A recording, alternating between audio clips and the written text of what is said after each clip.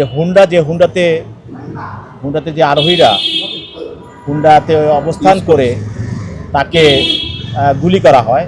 যে হুন্ডাটা ক্রয় করেছিল, যার নামে যিনি হুন্ডার মালিক, তার নাম হলো মোহাম্মদ আব্দুল হান্নান। গ্রেপ্তার করে 54 ধারায় আজকে তাকে বিজ্ঞ আদালতে তদন্তকারী কর্মকর্তা উপস্থাপন করে যে আরোহীরা তারা গুলি করে তাকে হত্যা করার চেষ্টা করা হয়েছে, সেও আদালতে বক্তব্য রেখেছে এবং সে স্বীকার করেছে হুন্ডাটা তার।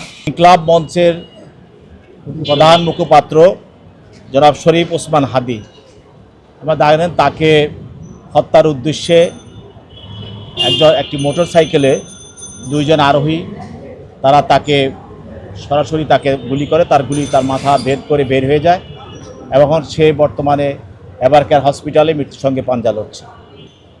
এই ঘটনার একটা পল্টন থানায় একটি মামলা হয়।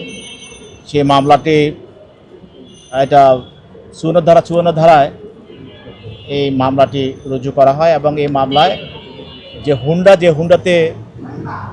যে আরোহীরা হুন্ডাতে অবস্থান করে তাকে গুলি করা হয়, ওই হুন্ডাটি আমাদের তদন্তকারী কর্মকর্তারা আমাদের পুলিশ বাহিনী সেটা শনাক্ত করেছে এবং শনাক্ত করে প্রাথমিক তদন্তে এই হুন্ডার যে মালিক, যে হুন্ডাটা ক্রয় করেছিল, যার নামে যিনি হুন্ডার মালিক, তাকে শনাক্ত করে।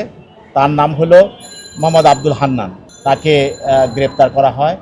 গ্রেপ্তার করে 54 ধারায় আজকে তাকে বিজ্ঞ আদালতে তদন্তকারী কর্মকর্তা উপস্থাপন করে তাকে জিজ্ঞাসাবাদের জন্য 7 দিনের রিমান্ড প্রার্থনা করে। আমরা প্রসিকিউশনের পক্ষ থেকে আমরা বলেছি যে যেহেতু যে হুন্ডাটি ব্যবহার করা হয়েছে এবং এই হুন্ডার যে আরোহীরা তারা গুলি করে তাকে হত্যা করার চেষ্টা করা হয়েছে এবং এই হুন্ডার সঙ্গেই এই হত্যার একটি রহস্য উদ্ঘাটন করা সম্ভব এবং এই হুন্ডার যে মালিক তাকে জিজ্ঞাসাবাদ করার প্রয়োজন এবং এই জন্য তাকে রিমান্ডে নেওয়া দরকার। সেই জন্য তদন্তকারী কর্মকর্তার প্রার্থনার মধ্যে তাকে রিমান্ডে দেওয়া হোক এবং বিজ্ঞ আদালত বক্তব্য শোনার পর সেও আদালতে বক্তব্য রেখেছে এবং সে স্বীকার করেছে হুন্ডাটা তার এবং সে হুন্ডাটা ক্রয় করেছে এবং সেই নিজের হুন্ডা, সেই হিসাবে সে আদালতে বক্তব্য রেখেছে। তো সেই মতে বিজ্ঞ আদালত উভয়ের বক্তব্য শোনার পর তার বিরুদ্ধে 3 দিনের রিমান্ড মঞ্জুর করে তাকে জিজ্ঞাসাবাদ করার জন্য তদন্তকারী কর্মকর্তার হাতে ন্যস্ত করে।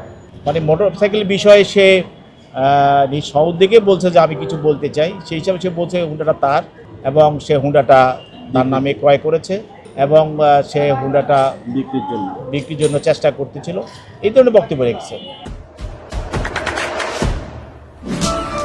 দেশে দেশে সবার সাথে দ্য নিউজ।